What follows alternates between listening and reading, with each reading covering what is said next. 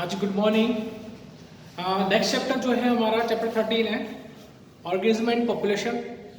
ठीक है, चैप्टर के अंदर क्या पढ़ना है? चैप्टर के अंदर हमें ऑर्गेनिज्म के बारे में कि ऑर्गेनिज्म जो है वो क्या होता है, या ऑर्गेनिज्म जो है उनके आसपास का जो इन्वायरमेंट है उससे ऑर्गेनिज्म पर क्या फ़र्क पड़ता है, कौन कौन से बायोटिक फैक्टर्स हैं जो ऑर्गेनिज्म को जो है वो जो है डिफरेंट ऑर्गेनिज्म जो है वो डिफरेंट इन्वायरमेंट में रहने लायक बनते हैं। इसके अलावा पॉपुलेशन की बात करेंगे। पॉपुलेशन जो है क्या होती है, पॉपुलेशन की ग्रोथ कैसे होती है, पॉपुलेशन एट्रीब्यूट्स क्या होते हैं, पॉपुलेशन इंटरेक्शन क्या होता है। ठीक है, ये कुछ टॉपिक्स हैं जो इस चैप्टर के अंदर हम क्लियर करेंगे। तो सबसे पहले हम बात करेंगे जो हमारा चैप्टर का फर्स्ट जो पैरा है, फर्स्ट जो पैराग्राफ है, उसी के बारे में हम बात करेंगे। ठीक है, देखो ये चैप्टर जो है इकोलॉजी वाला जो चैप्टर है वो उनको हम थ्योरेटिकली बुक से ही पढ़ेंगे, बुक की हर लाइन को क्लियर करेंगे ताकि समझने में आसानी हो, और जब तुम बुक पढ़ने बैठो तो तुम्हें कोई दिक्कत ना हो। ठीक है, तो स्टार्ट करते हैं चैप्टर 13। ठीक है, पेज नंबर 219 से स्टार्ट करते हैं। Our living world is fascinatingly diverse and amazingly complex। हमारा जो लिविंग बर्ड है वो बहुत ही आकर्षक तरीके से डाइवर्स है। डाइवर्स का मतलब यहाँ बहुत सारी डाइवर्सिटी पाई जाती है, यहाँ बहुत सारे वेराइटीज पाई जाती है, और अमेजिंगली इसलिए है क्योंकि कॉम्प्लेक्स भी काफ़ी ज़्यादा है। इसकी कॉम्प्लेक्सिटी की अगर बात करें, ठीक है, तो इसकी कॉम्प्लेक्सिटी भी हमें काफ़ी क्या करती है, अमेजिंग करती है। कैसे करती है? देखो आगे क्या दे रखा है, we can try to understand to complexity by investigating process at various level of the biological organisation. Biological organism का नाम आते ही हम बात करते हैं कि बायोलॉजिकल ऑर्गेनिज्म जो हैं उनका स्ट्रक्चर ऑर्गेनाइजेशन क्या है। प्रीवियस क्लासेस के अंदर 11th क्लास के अंदर हमने यही पढ़ा था कि डिफरेंट ऑर्गेनाइजेशन लेवल होते हैं जिनके बेसिस पे ऑर्गेनिज्म को हम क्या करते हैं, क्लासीफाई करते हैं। जैसे कुछ ऑर्गेनिज्म जो होते हैं वो सेलुलर लेवल के हो सकते हैं, कुछ organism organ level tissue level के हो सकते हैं, कुछ ऑर्गन लेवल के, कुछ ऑर्गन सिस्टम लेवल के ऑर्गेनिज्म जो है वो हो सकते हैं। इन सब की हमने बात की थी 11th क्लास के अंदर, थोड़ा बहुत उसी को रिव्यू करेंगे यहाँ पर। तो 11th क्लास का ये पोर्शन है छोटा सा जिसको हम समझते हैं। तो मैक्रोमोलिक्यूल की बात कर रहा है यहाँ, ये स्टार्टिंग जो कर रहा है वो कहाँ से कर रहा है, मैक्रोमोलिक्यूल से। मैक्रोमोलिक्यूल्स के ही कॉम्बिनेशन से हमारी सेल्स बनी है, और सेल्स जब कंबाइन होती है तो क्या बनते हैं, टिश्यूज बनते हैं, and tissue form organ, organ form organ system. यहां तक की बात हमने 11th क्लास के अंदर की थी। मैक्रोमोलिक्यूल से क्या मतलब है? मैक्रोमोलिक्यूल हम जनरली 4 तरह के मैक्रोमोलिक्यूल की बात करते हैं। हम बात करते हैं प्रोटीन की, हम बात करते हैं लिपिड की, हम बात करते हैं कार्बोहाइड्रेट की, कार्ब्स की बात करते हैं, और हम बात करते हैं न्यूक्लिक एसिड की।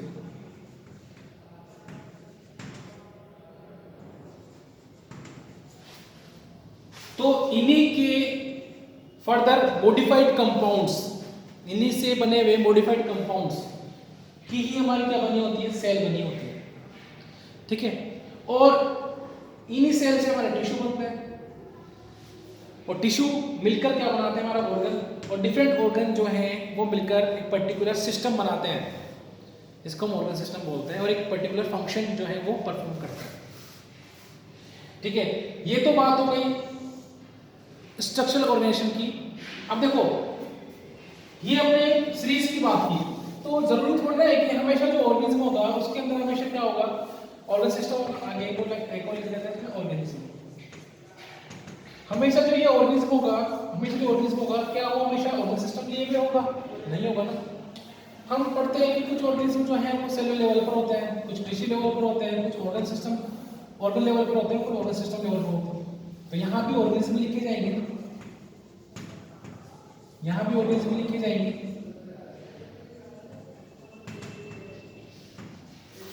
ठीक है, जैसे सेलुलर लेवल के ऑर्गेनिज्म की बात करें तो हम बात करते हैं पोरिफेरा की, फिर इससे आगे हम बढ़ते हैं स्लेंट्रेटा में एरिडेरिया में बढ़ते हैं तो टिश्यू लेवल आना स्टार्ट होता है, ऑर्गन लेवल आना स्टार्ट होता है, ऑर्गन सिस्टम। फिर सबसे कॉम्प्लेक्स कौन होते हैं जिनके अंदर ऑर्गन सिस्टम पाए जाते हैं, जैसे हम कॉम्प्लेक्स ऑर्गेनिज्म के अंदर आते हैं। बात समझ में आ गई? इस चैप्टर के अंदर हम शुरुआत कहां से करेंगे? इस चैप्टर के अंदर शुरुआत करेंगे हम ऑर्गेनिज्म से। हम शुरुआत कहां से करेंगे? ऑर्गेनिज्म से। हमें पता है इस अर्थ पर वास्ट वैरायटी ऑफ ऑर्गेनिज्म पाई जाती है, डिफरेंट टाइप के ऑर्गेनिज्म होंगे, ठीक है। और एक पर्टिकुलर ऑर्गेनिज्म मिलकर एक क्या बनाते हैं? स्पीशीज बनाता है, ठीक है। तो एक स्पीशीज की बात करूं तो एक पर्टिकुलर स्पीशीज के अंदर जितने भी ऑर्गेनिज्म है वो सब क्या होंगे? एक जैसे दिखेंगे। तो ग्रुप ऑफ ऑर्गेनिज्म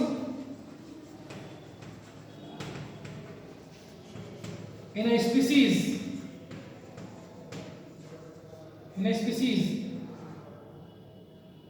जो कि क्या कर सकते हैं? इंटरब्रीड कर सकते हैं।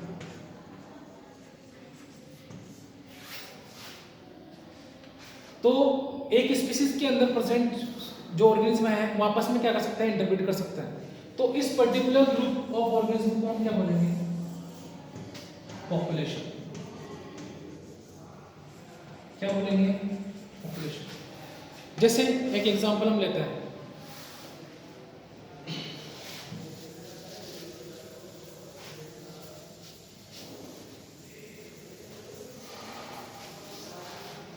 एक एग्जांपल की बात करते हैं। सपोज कि एक पर्टिकुलर एरिया है,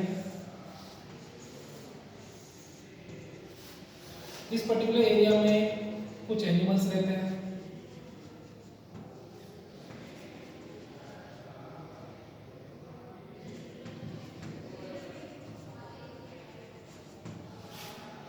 ठीक है। तो इस पर्टिकुलर एरिया में क्या रह रहे हैं? कुछ ऑर्गेनिज्म रह रहे हैं।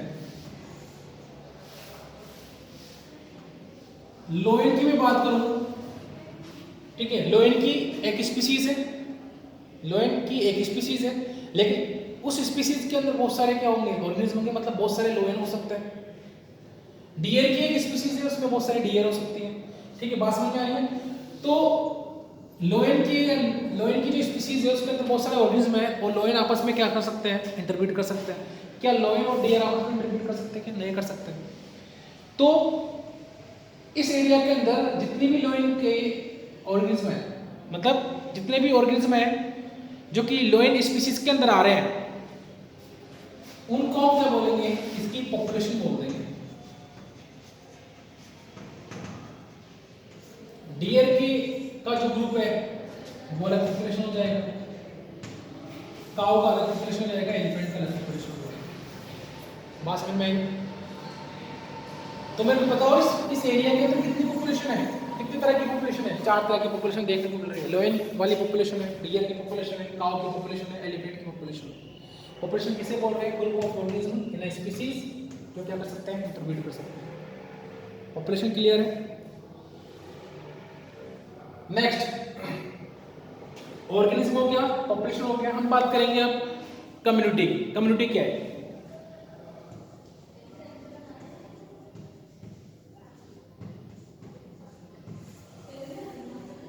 इस पर्टिकुलर एरिया के अंदर कितनी पॉपुलेशन रह रही है? 4 पॉपुलेशन रह रही है। ये चारों पॉपुलेशन क्या इस पर्टिकुलर एरिया में आराम से रह सकती है, कोई दिक्कत नहीं होगी, या आप एक दूसरे से इंटरेक्ट भी करेंगी, एक दूसरे पे डिपेंड भी होंगी। तो इस पर्टिकुलर एरिया के अंदर पाए जाने डिफरेंट पॉपुलेशन जो है वो मिलकर क्या बनाती है? कम्युनिटी बनाती है। सिंपल सा तरीका, पर्टिकुलर एरिया के अंदर रहने वाली डिफरेंट पॉपुलेशन मिलकर क्या बनाती है? कम्युनिटी बनाती है। क्लियर है? तो कम्युनिटी क्या हो गई? डिफरेंट पॉपुलेशन का वो एरिया ही क्या कहला रहा है? कम्युनिटी कहला रहा है। ठीक है, समझ में आया? नेक्स्ट हम बात करते हैं किसकी? बायोम्स की। नेक्स्ट स्टेप क्या है? बायोम्स।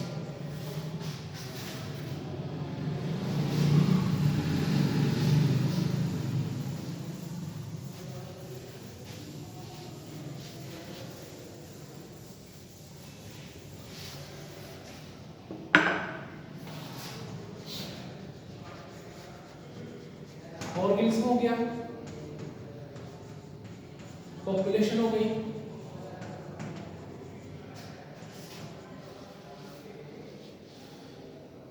ठीक है, कम्युनिटी हो गई, नेक्स्ट है हमारा बायोम्स।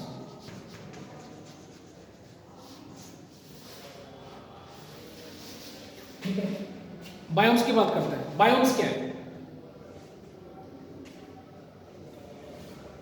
बायोम्स को समझने के लिए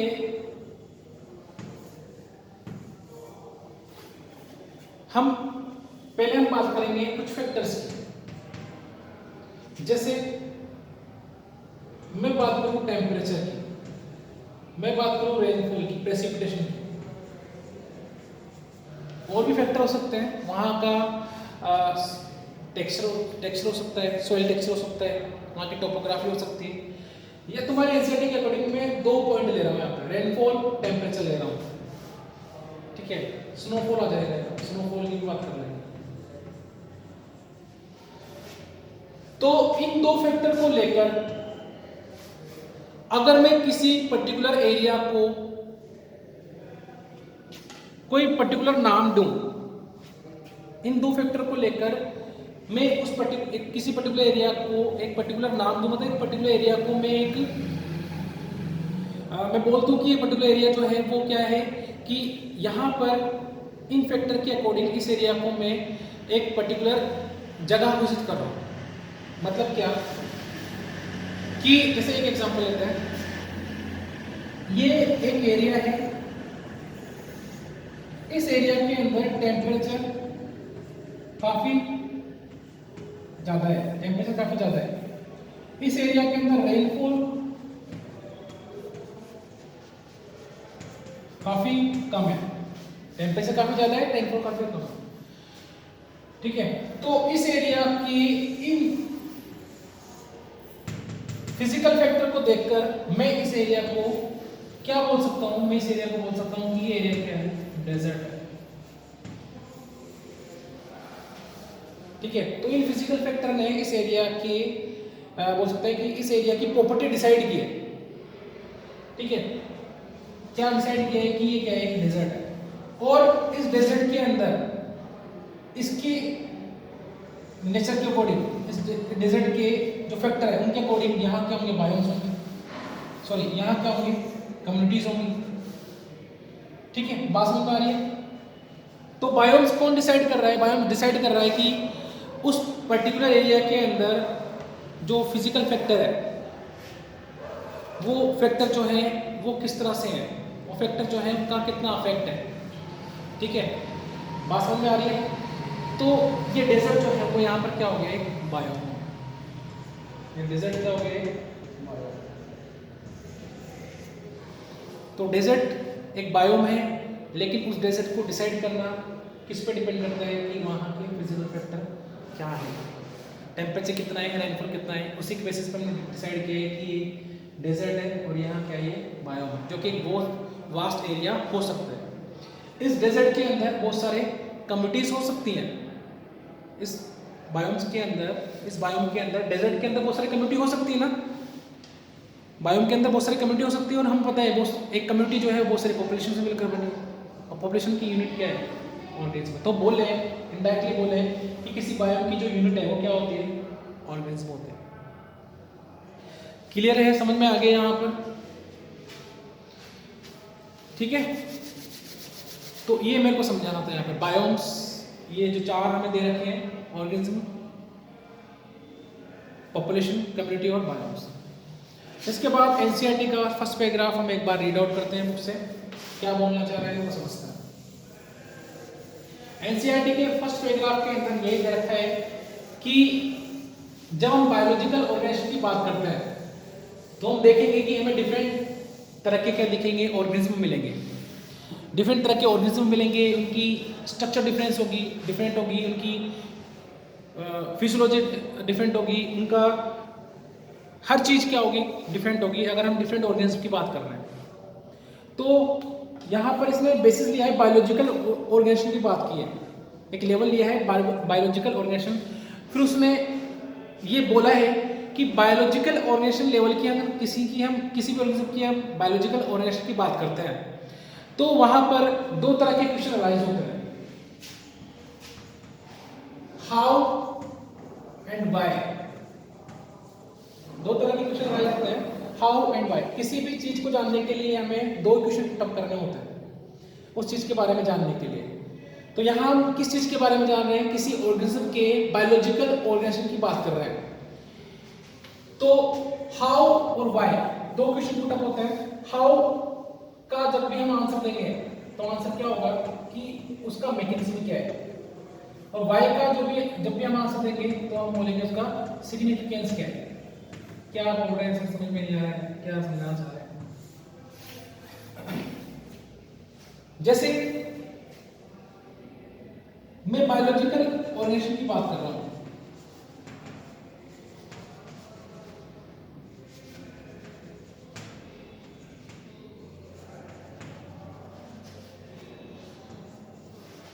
मैं ह्यूमन की बात कर रहा हूं। ह्यूमन के अंदर बहुत सारे क्या होते हैं, फिजियोलॉजी प्रोसेस होती है, हार्ट बीट होता है, मतलब सर्कुलेटरी सिस्टम है, रेस्पिरेटरी सिस्टम है, बहुत अलग अलग तरह के सिस्टम है ह्यूमन के अंदर। ठीक है, मतलब ह्यूमन का जो बायोलॉजिकल ऑर्गेनाइजेशन है वो सिस्टम लेवल का है। तो मैं ह्यूमन का एक सिस्टम कोई भी उठा लेता हूं, मैं बोल दूं हार्ट।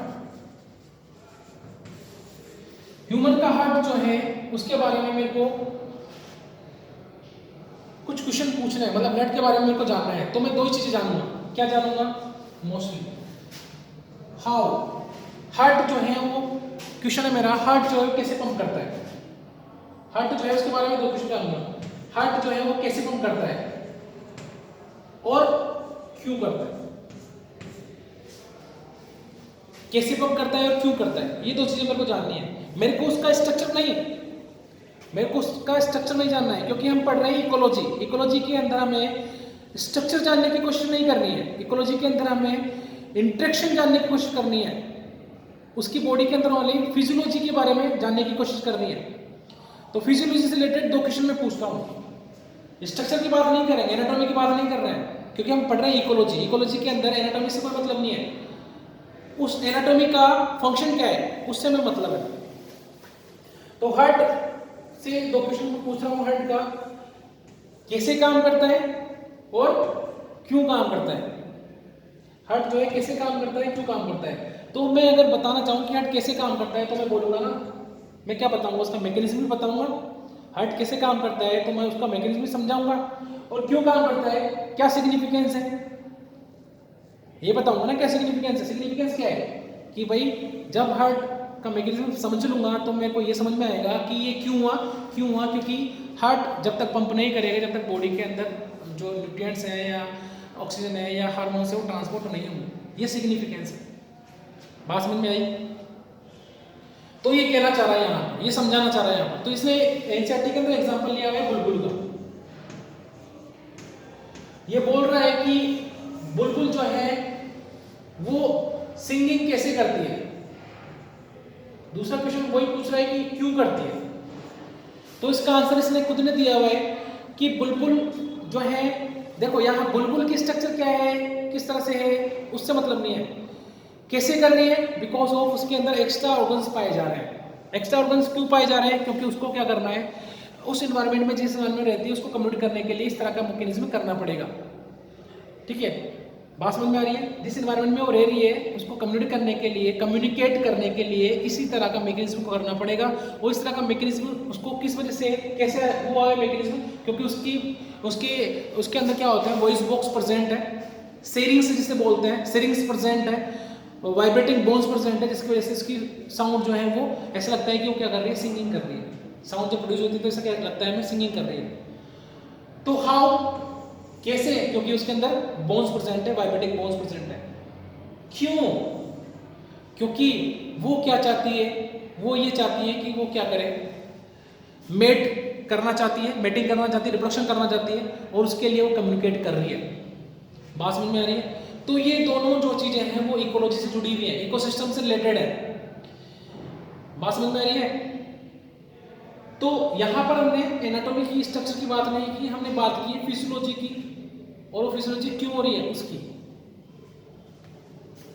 ठीक है, तो ये समझाना चाह रहे हैं तुम्हारे इस पैराग्राफ के अंदर। इसके अलावा और भी क्वेश्चन पूछा है इसने, why are night blooming flower generally white, why does the bee know which flower has nectar, why does cactus have so many thorn. तो इनके भी आंसर एक बार देख लेते हैं। Why are night blooming flower generally white, night blooming flower जो है जनरली वाइट क्यों होता है। बोल रहा है night blooming flower, night blooming flower का मतलब क्या होता है, ऐसे फ्लावर जो नाइट में ब्लूम होंगे। फ्लावर ब्लूम होंगे तो इसका मतलब क्या है, ब्लूम होने के बाद उसमें पॉलिनेशन की जरूरत पड़ेगी, तो इंसेक्ट को रात में पॉलिनेशन करना पड़ेगा। तो इसका पॉलिनेशन करने के लिए इंसेक्ट को फ्लावर दिखने भी तो चाहिए। तो व्हाइट कलर जो है वो लाइट को ज़्यादा रिफ्लेक्ट करता है रात में।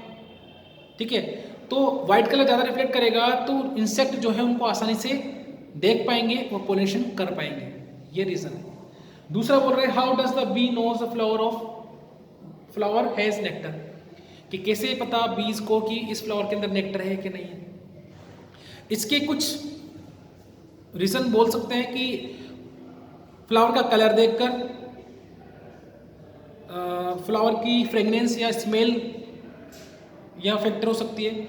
इसके अलावा फ्लावर से जो है कुछ अल्ट्रावायलेट रेस जो है वो निकलती हैं, उन रेस के बेसिस पर भी जो है वो ये पता लगा लेते हैं कि नेक्टर है या नहीं है।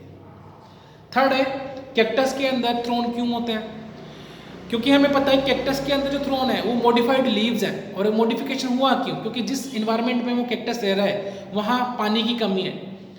ठीक है, तो पानी की लॉस को कम करने के लिए, लॉस ऑफ वाटर कम करने के लिए, रिड्यूस करने के लिए जो लीफ है वो किस में मॉडिफाई हो गई है, इस थ्रोन्स में।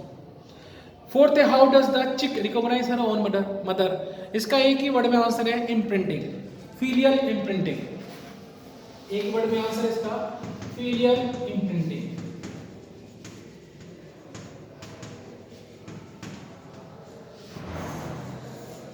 ठीक है, फीलियल इम्प्रिंटिंग ये क्या होता है कि जब भी कोई जैसे मान लो कि यहाँ चिक की बात कर रहा है ना, तो जब चिक जो है वो एग में से हैच होता है तो सब सिंपल से बात है, जब वो हैचिंग कर रहा होगा तो आसपास उसकी मदर भी होगी, हैंड भी होगी।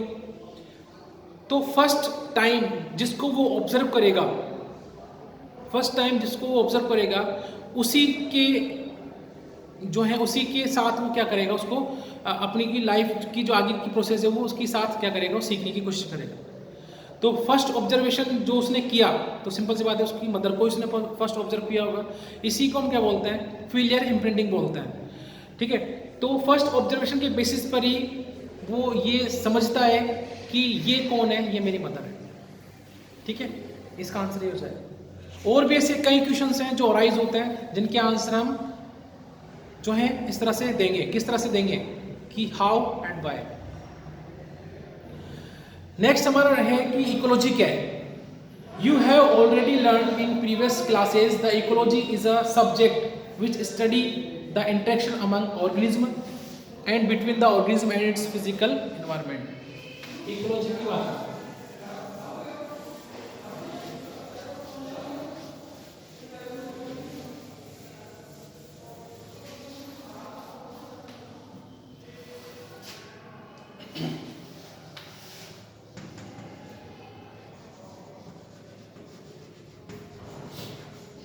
देखो भाई, इकोसिस्टम के बारे में जानते हैं, इकोलॉजी क्या होती है वो जान लेते हैं।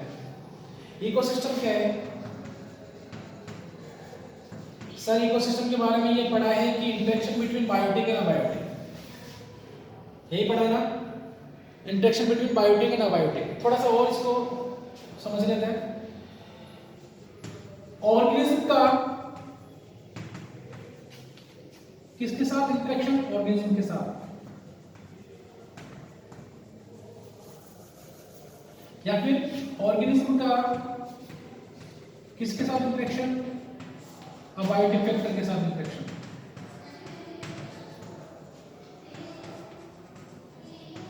ये दोनों तरह के इंटरेक्शन ही क्या बनाते हैं, इकोसिस्टम बनाते हैं। मतलब सपोज ये हर्बीवोर्स है, ये किस पे डिपेंड है, ये डिपेंड है प्लांट्स पे। ठीक है, ये प्लांट्स पे डिपेंड है, ये क्या है, ये एनिमल्स है। ये एनिमल्स क्या है, ये सपोज ये प्लांट्स हैं, ये किस पे डिपेंड है? सनलाइट पे, वाटर पे, CO2 पे, टेम्परेचर पे। बात समझ में आई क्या लिखा है मैंने? तो इसका मतलब है कि ऑर्गेनिज्म के साथ या ऑर्गेनिज्म अबाइडिंग फैक्टर के साथ जो इंटरेक्शन करते हैं, इसी को हम बोलते हैं इकोसिस्टम। और इनकी स्टडी, इकोसिस्टम की स्टडी क्या कहलाती है? इकोलॉजी कहलाती है। ठीक है। Ecology is basically concerned with 4 level of biological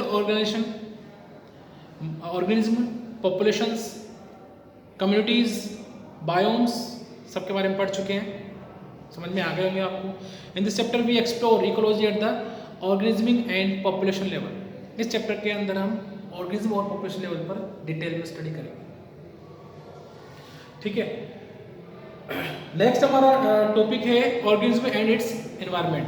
देखो, इस टॉपिक की लैंग्वेज पढ़ने से पहले मैं जो एक डायग्राम, तुम्हारे एक ग्राफ यहाँ दे रखा है, उसको ग्राफ को समझाना चाहूँगा।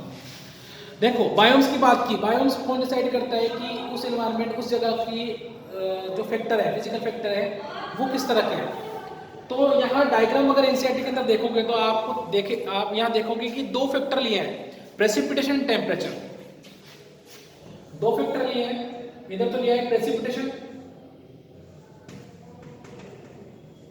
उधर लिया है टेम्परेचर।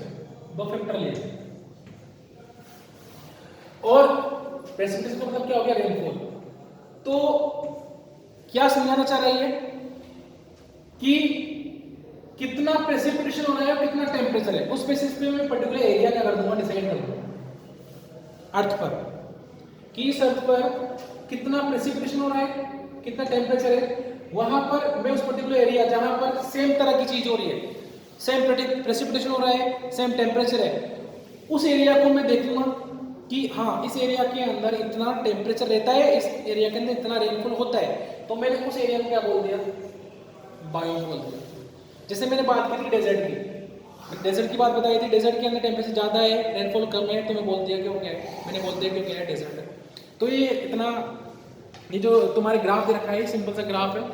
यहाँ 6 टाइप ऑफ बायोम्स दे रखे हैं: arctic and alpine tundra, coniferous forest, temperate forest, tropical forest, grassland and desert. ये 6 जो है वो क्या दे रखे हैं? बायोम दे रखे हैं। और किस अकॉर्डिंग इन एरियाज को जो है डिपिक्टेड किया गया है, किस अकॉर्डिंग इन एरियाज को सर्कल किया गया है कि रेनफॉल कितना है और टेम्परेचर कितना है, उसके अकॉर्डिंग जो है बायोम्स डिसाइड किए गए। जैसे कोई भी एक बायोम ले लें, जैसे फर्स्ट ले लें हम आर्कटिक और अल्पाइन नीचे से। तो आर्कटिक के अंदर जो है लगभग 50 से पहले से स्टार्ट हो रहा है, ये जो प्रेसिपिटेशन है, रेनफॉल है, 50 से पहले स्टार्ट हो रहा है, 100 तक जा रही है। ठीक है। तो 50 से पहले मान लो 30 से लेकर 120 या 130 तक क्या होती है? रेनफॉल हो रही है। टेम्परेचर की बात करें तो माइनस से लेकर 0 तक, मतलब टेम्परेचर जो है वो माइनस से लेकर थोड़ा बहुत पॉजिटिव, कुछ एरिया, मोस्ट ऑफ एरिया के अंदर जो टेम्परेचर है वो क्या है? माइनस में है। कुछ एरिया किस में आ रहा है? पॉजिटिव में भी आ रहा है, मतलब प्लस में भी आ रहा है। ठीक है, बात समझ में आई? आर्कटिक एंड अल्पाइन टुंड्रा की मैं बात कर रहा हूँ। इस तरह से और भी बायोम्स यहाँ दे रखे हैं जिसको आप इस तरह से समझ सकते हैं। क्वेश्चन कई बार आ जाता है, आया है कई बार, ग्राफ दे देगा आपको, बायोम्स बनाकर दे देगा, आपको लेबल करना होगा, या फिर ये दे देगा कि पर्टिकुलर ग्राफ दे देगा और ये पूछेगा कि ट्रॉपिकल फॉरेस्ट के अंदर कितना रेनफॉल होता है। तो ग्राफ में देखकर ट्रॉपिकल फॉरेस्ट के अंदर रेनफॉल निकाल सकते हैं हम। कैसे निकाल सकते हैं? रेनफॉल जो है कहाँ से स्टार्ट है? ट्रॉपिकल रेन फॉरेस्ट के अंदर 150 से, और कहाँ तक हो रहा है? 400 तक के आसपास हो रहा है, इससे ज़्यादा हो रहा है। तो बोल सकते हैं 150 से 400 तक का क्या होता है? रेनफॉल होता है। कहाँ पर? ट्रॉपिकल फॉरेस्ट के अंदर। ये वेरिएबिलिटी के बेसिस पर हमने क्या किया? बायोम्स को डिवाइड किया है। क्लियर है? समझ में आया है यहाँ तक? ठीक है। तो ऑर्गेनिज्म एंड इट्स एनवायरनमेंट को हम जो है इसकी लैंग्वेज, इसके एनसीईआरटी के अंदर लैंग्वेज क्या दे रखी है उसको कल पढ़ेंगे। आई होप बायोम समझ में आ गया होगा। लगभग अगर बायोम समझ में आ गया तो आपको ये लैंग्वेज भी समझ में आ जाएगी। Okay, thank you.